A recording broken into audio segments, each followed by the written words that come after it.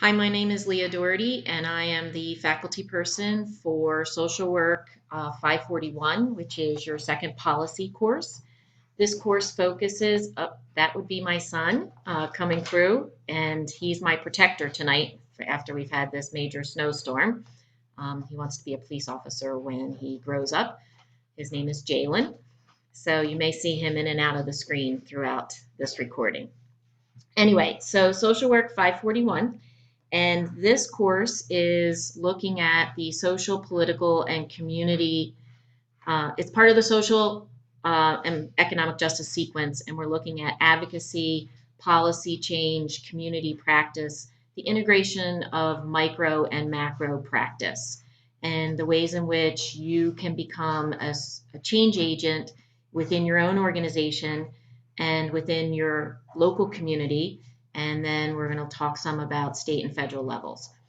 So this course, while sometimes students struggle with its relevance to the direct day-to-day practice with clients, I'm hoping by the end of this course that you'll feel empowered, that you'll be fired up, that you'll feel more in tune with what's happening in your own communities.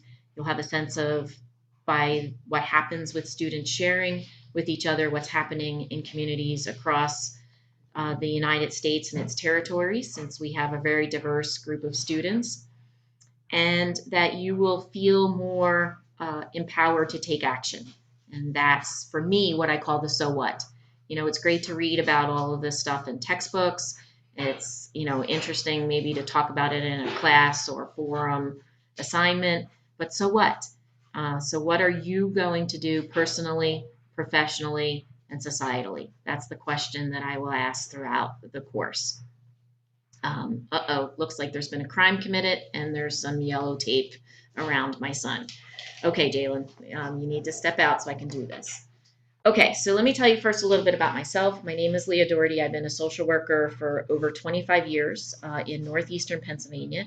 I also teach part-time at the University of Scranton in their Counseling Human Services Department and at Marywood University in the School of Social Work. I've been affiliated with those two universities for a number of years and have just started teaching at Widener in the last year.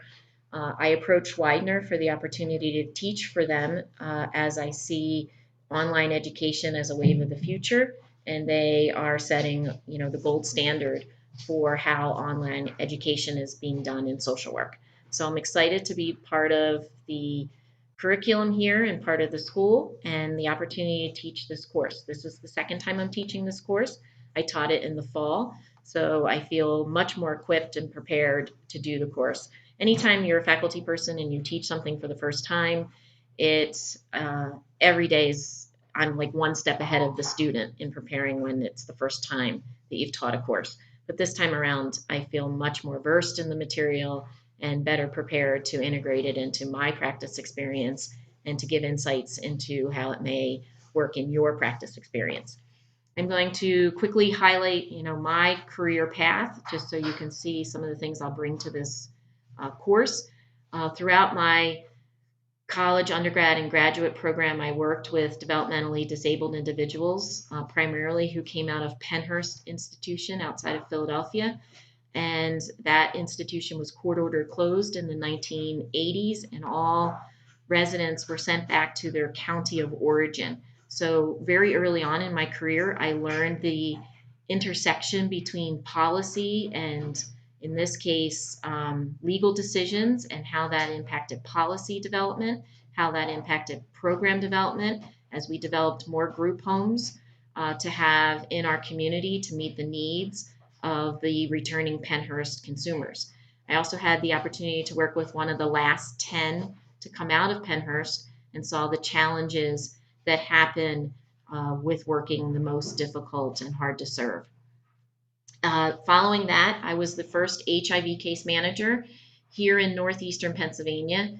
If some of you are traditional age students, then it was before you were born in the early 90s, late 80s, early 90s, when HIV at that time was very much a terminal illness.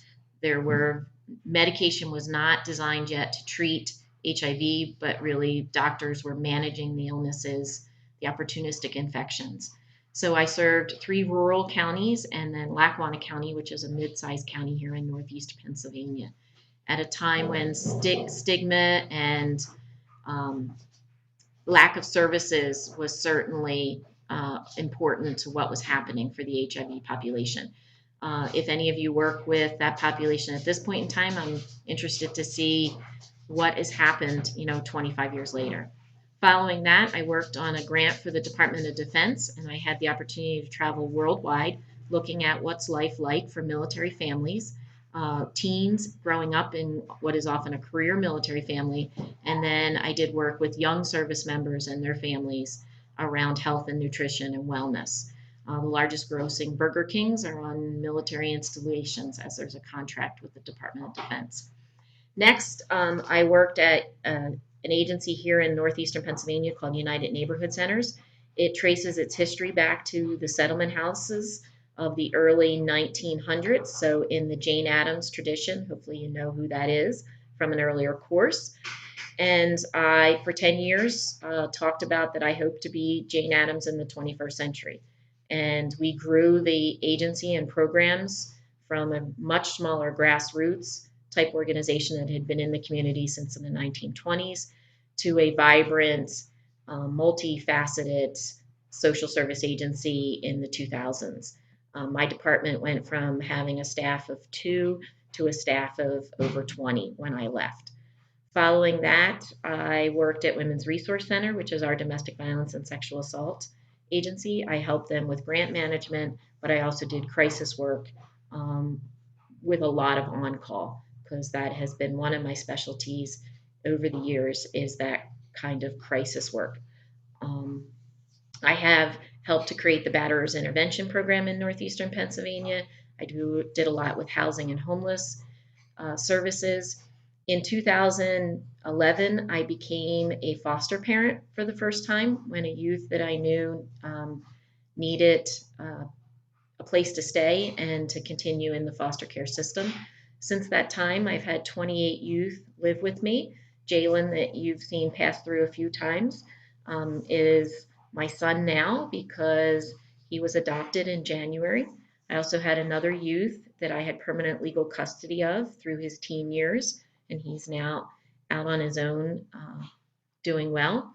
So I'm very familiar with the child welfare system and the different services that go along with working with children who have experienced a variety of trauma in their lives. So that's a little bit about who I am. As I said in my email, I like to be available to students, so please feel free to reach out to me in any way that you want. Emails are fine. However, you're going to get a much quicker response from me if you just shoot me a text. And I recognize that this is an asynchronic course and that you are not required to be online at any point in time. However, I am available to meet with you either online or by phone or by text at any time throughout the course. Okay, at this point I want to go over a few things. This is week 1 in terms of the assignments. This is where you're going to watch the videos and the readings and choose your partner for your community needs and services assignments. There are 3 assignments that you'll work together with a partner. I'm still kind of figuring out the Widener thing here, so I'm not sure if you know each other, how much you know each other. So if you don't pick a partner by Sunday, I will pick a partner for you. And if you have any concerns about picking a partner, please reach out to me and let me know so I have an idea of what's evolved, if you know something about your cohort or if you know something about your own experience in working in dyads. So this course is designed that you will work with a partner throughout the course. Okay, so this week, let me just go to the assignments. Okay, so you have your welcome introduction, and that is due by Thursday, tomorrow night, and then respond to 2 classmates by Sunday. And then the second is a social justice, I lost video for a second, social justice and community practice where you're going to read through the shared case and write an initial post that comments on the social and economic justice issues in Anita's case, and selecting one of those issues. How could you as a social worker use community organizing to address this issue? I apologize, my dogs are about to bark. Use the Beckwith and Lopez Community Organizing Resource under week 1. There's a toolbox that we're going to use a lot through this course, the community toolbox. You will need to cite that throughout assignments. So please, it is multiple pages though. So if you don't want to print it, you don't have to, but you will need to download and look at the different sections of the toolbox throughout the course. Okay, so you use the Beckwith and Lopez Community Organizing Resource to identify at least 2 community organizing techniques that could be effective in this course. So what I'm looking for in this posting is that you make reference to those techniques. Please pay attention to the syllabus as you go through the course, that you are citing the appropriate readings and materials in a discussion forum or in an assignment as it's called for. If you don't, you will lose points. Okay? And then respond to 2 classmates for this week 1 discussion by Sunday night. Okay. At the same time, you should be starting to think about your assignment number 1, which is My Community in Words and Pictures. And this assignment is due next Thursday in week 2. And this is a 5-minute oral presentation that you will do using PowerPoint or Word and Screencast-O-Matic to record your screen and voice, looking at what is a good community. You're going to read the article Seeking the Good Community, then you're going to look up some demographics to describe your community. You're going to look at the important institutions in your community, draw what is the map of your community, what are the assets of your community, and do the assessment. If you don't want to use a geographic community, it is possible to do something different, but I would prefer that you do your geographic community so that we get to know each other. Now, you can choose a neighborhood, you can choose a town. I mean, I know at least one person resides in Philadelphia, so neighborhood in Philadelphia is relevant. District in Philadelphia could be relevant. You know, when you're talking large cities, there's different ways that you can define community. So I'm open to that. And if you have any questions about how you plan to define community, just reach out to me and we'll kind of brainstorm together. Okay? So they are the assignments that are this week and that you will start for next week. The first assignment that involves your dyad is week 4. But you do need to begin to work on those as soon as possible. That's why I want to know who your partner is prior to Sunday. So that's an intro to the course. I will do videos each week going over the assignments for that week. If you have any particular question about any of the assignments, or you feel like you need to know something jumping ahead, certainly, again, reach out to me and I will let you know what you need to do to be preparing for assignments. In terms of grading, that's probably one of the things that I am least effective in terms of timeliness of getting grades back to people, but I am a very detailed grader and will give you lots of feedback. I will try my best to get them to you on Mondays, but knowing myself, it happens between Mondays and Tuesdays, maybe sometimes into Wednesday. But I will try and get grades back to you as quickly as possible with comments and feedback that hopefully you can use. And if I ask you a question as part of my feedback and you want to respond back to me in an email or shoot me a text, I love that. I know that's the part that an online course lacks, is that interaction. And so one of the things that I pride myself on is the sharing of resources. So if I can have an opportunity to chat with you, whether by email or text message or using Google Hangouts, I'm happy to do that. Okay, everybody that's in the Northeast, I hope you've dug out from snow well. Those that are in LA and the Virgin Islands, I hope you're not too sunburnt. All right, everyone, have a great night.